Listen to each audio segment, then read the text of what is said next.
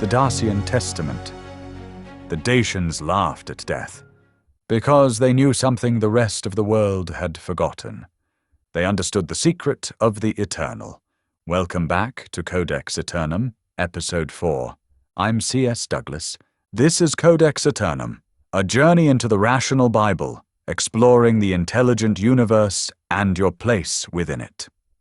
In our previous episode, we explored the nature of consciousness and death, discovering that what we call I is the eternal awareness that witnesses all experience. We ended with a promise that we are all inseparable, that connection remains eternal. Today we journey into ancient wisdom. We turn to the Dacians, or Gaeto-Dacians, or Dacians as they were also known, a people who understood the intelligent cosmos as lived truth. And at the heart of their understanding stood a deity-like presence known as Zamolxis. Let's explore what they knew. Long before the Romans conquered their lands, before their temples were razed and their wisdom scattered, the Dacians walked the Carpathian mountains with a clarity that few cultures have ever possessed. They understood something fundamental about the universe. They knew it was alive, conscious, intelligent, as fact, as reality, as the foundation of existence. From the Dacian Testament, verse 1. In the beginning beyond beginnings, before the hills of the earth had risen, and before the rivers had carved their paths, there was the eternal presence, an intelligent universe, a boundless conscience, known among the Dacians as the Breath of Zamolxis. The Breath of Zamolxis. Zamolxis was the unseen force flowing through all things, the heartbeat of the cosmos, the silent voice that whispers in the winds and moves within the unseen depths. Verse 2 continues, Zamolxis, the unseen force, was the very essence that flowed through all things. He was the heartbeat of the cosmos, the silent voice that whispered in the winds and moved within the unseen depths. Think about that recognition. The essence flows through all things. This is what we've been exploring throughout these episodes. That consciousness is the fabric of the universe itself. The Dacians called this presence Zamolxis. The Greeks called it Logos. The Hindus call it Brahman. The Chinese speak of the Tao. Different words, same recognition. The universe is alive, aware, thinking, dreaming. And you, right now, are one of the ways it experiences itself. The Dacians understood this so deeply that they saw the entire world as an expression of this intelligent conscience. Verse 7 from the Testament. They spoke of the earth, the rivers, and the mountains as expressions of the same breath that moved through the stars. The rocks themselves whispered the name of Zamolxis, for they held the memory of the ancient truth, that all things are one within the conscience of the universe. The rocks themselves whispered his name. What a beautiful image! Everything, stone, water, wind, flesh, is an expression of the same underlying intelligence. Modern science is beginning to glimpse this truth. Quantum mechanics reveals that observation affects reality, that consciousness and matter are intertwined at the deepest level. Panpsychism, the idea that consciousness is fundamental to all matter, is being taken seriously by physicists and philosophers. The Dacians lived this truth. They felt it. They walked the mountains and heard the breath of the infinite in the wind. They sat by the rivers and recognized the flow of eternal consciousness moving through water. Verse 8. In the quiet of the mountains, the Dacian sages would sit, listening to the voice of Zamolxis in the wind, in the rustle of the leaves, in the murmur of the streams. They knew that the world of form and matter was the outermost shell, a cloak that covered the true essence of life. The world of form is the outermost shell. Beneath it, behind it, lives the true essence. The Dacians called this hidden reality Moatia Ocellor, the death of the eyes, the veil that conceals the infinite nature of existence. This is what the Hindus call Maya, what the Buddhists call illusion, what Plato called the shadows on the cave wall. The physical world is real, and it's also a shadow cast by a deeper light. Behind that veil, the Dacians taught, lies the true reality, a vast sea of endless possibilities, where past, present, and future are ripples on the surface of the same eternal ocean. Verse 6. Yet the Dacians knew that behind this veil lies the true reality, a vast sea of endless possibilities, where past, present, and future are ripples on the surface of the same eternal ocean. In this ocean, the spirit of Zamolxis dwells, ever present, ever knowing. Ever present, ever knowing, the intelligent universe is here, now, in the space between your thoughts, in the silence beneath sound. Zamolxis taught that to see beyond the veil is to recognize the eternal within oneself. Because the universe is conscious, and you are part of the universe, you are that consciousness, temporarily experiencing itself as you. This brings us to perhaps the most striking aspect of Dacian wisdom, their relationship with death.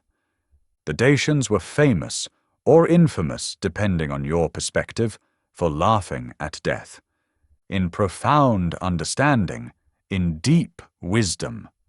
Verse 1 from the chapter on their joyful departure. The Dacians were known to greet death with laughter, for they believed that life and death were two breaths of the same eternal wind. To them, death was a return, a journey back to the embrace of Zamolxis, where the spirit would once again be free to wander among the stars. Two breaths of the same eternal wind. Imagine living with that understanding, recognizing that both life and death are movements within the same eternal dance. Verse 11. The Dacians believed that what we call death is a doorway, a passage from one form of the dream to another. In this journey, the spirit returns to the embrace of the infinite, where Zamolxis dwells as the guardian of the eternal cycle. A doorway, a passage, a return. The Dacians taught that the body is like a cloak the spirit wears for a time. When the cloak is shed, the essence beneath remains untouched. Verse 24. The Dacians spoke of the body as a cloak that the spirit wears for a time, a garment woven of earth and breath. When this cloak is shed, the essence beneath remains untouched, as the traveller who changes robes yet is unaltered in his heart. The traveller who changes robes yet is unaltered in his heart. This is why they could laugh at death, because they understood, as direct knowing, that the spirit is eternal, like a flame that passes from one candle to the next. The wax and wick may change, while the flame continues. Verse 37. The Dacians spoke of the soul as a flame that passes from one candle to the next. Though the wax and the wick may change, the flame remains, carrying the light through each life, through each passage between worlds. This understanding gave them extraordinary courage. Their enemies feared them because they carried no fear of death. Verse 22 from the chapter on their fearlessness. Their enemies marveled and trembled before them, for a people who looked forward to death seemed unbreakable, for they welcomed the battle as a chance to embrace their destiny and to walk the starry paths with their ancestors. A people who looked forward to death, because they understood that death is transformation. The Romans wrote about this. They struggled to comprehend it. How could a people be so fearless? The answer is simple. When you know you are eternal consciousness temporarily wearing form, death becomes transformation, rather than annihilation. Verse 28. A warrior who sees his death as a victory, who smiles as he faces the end, carries what he holds most dear, his spirit, his honor, and his place within the eternal circle. And here's the crucial point. This was how they lived every day. This shaped every moment. This guided every choice. The Dacians believed in the eternal cycle, what they called the sky without end, the endless circle. Birth, life, death, rebirth, as a spiral, always returning, yet never the same. Verse 25. Zamolxis taught that the soul's journey is like the turning of the seasons. Spring brings the blossoming of new life, summer its growth, autumn the time of harvest, and winter the stillness that precedes renewal. Just as the earth returns to bloom, so too does the spirit return to life's embrace. The turning of the seasons. You've seen this, haven't you? Winter comes, everything rests, the trees are bare, the earth is frozen, then spring returns. New leaves, new flowers, new life, the same earth, the same trees, renewed. The Dacians saw human life the same way. Each lifetime is a season, each death is winter, each birth is spring. And the essence, the consciousness, the soul, continues through all seasons forever. Verse 31. In each new life, the spirit learns anew. Walk in paths it has walked before, yet seeing them with fresh eyes. For the journey of the soul is a spiral, always returning, each time at a higher place, closer to the eternal truth. A spiral, always returning at a higher place. This is evolution of consciousness itself. Each life, each experience, each joy and sorrow, a step on the spiral staircase toward a deeper understanding, toward remembering what Zamolxis taught, that you are the infinite, temporarily experiencing itself as finite. So how do we apply this wisdom? How do we live with this understanding? The Dacians had a practice. It was simple. It was direct. They paid attention. They listened to the wind and heard the voice of Zamolxis. They watched the stars and saw the thoughts of the universe. They felt the earth beneath their feet and recognized the heartbeat of the cosmos. This is what we explored in episode 2, that the universe speaks through frequency, through vibration, through the patterns of existence. The Dacians understood this intuitively. They knew that to align with the intelligent cosmos means cultivating awareness.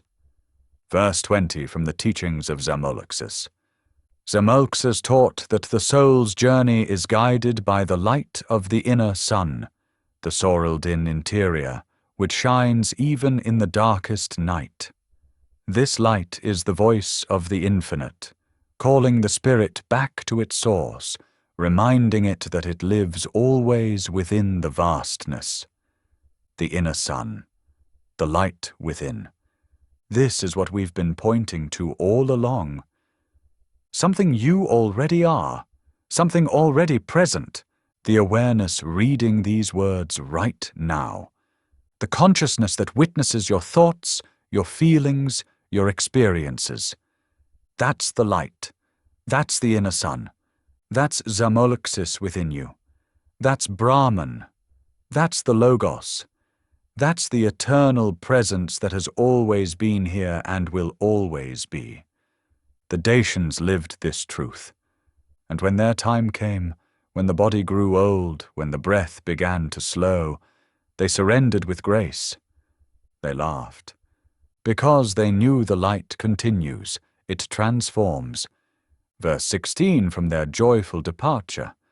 And when they finally closed their eyes, their faces were peaceful, their hearts unburdened. The Dacians would lay them to rest in the earth with songs, knowing that their spirit had returned to the great ocean of light, where Zamolxis waits to welcome them home. With songs instead of tears, what a way to honor death. As return, as homecoming. This is what we mean when we say that death transforms rather than destroys eternal consciousness.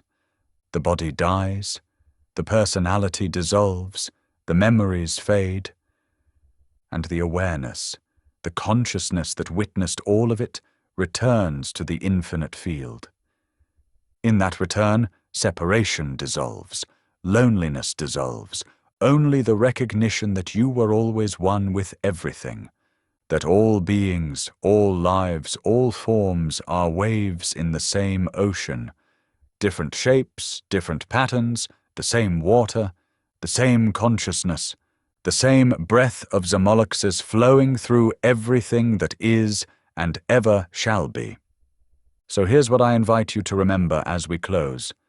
You are the intelligent cosmos experiencing itself through the form you call you. The mountains know this, the rivers know this, the stars know this. And deep within, beneath all the noise and fear and forgetting, you know this too.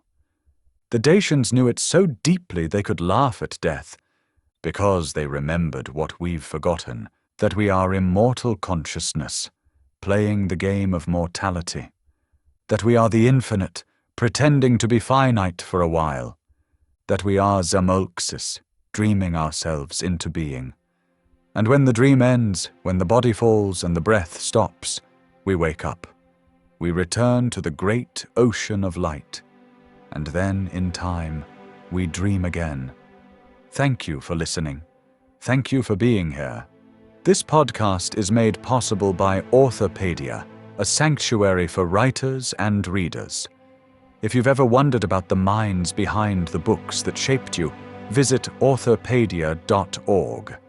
It's a living archive of consciousness expressing itself through words. Codex Æternum releases new episodes weekly. Subscribe wherever you listen and join me as we explore the deepest questions of existence. And one more thing, perhaps the most important thing for you to carry with you. Do not fear the death of this body.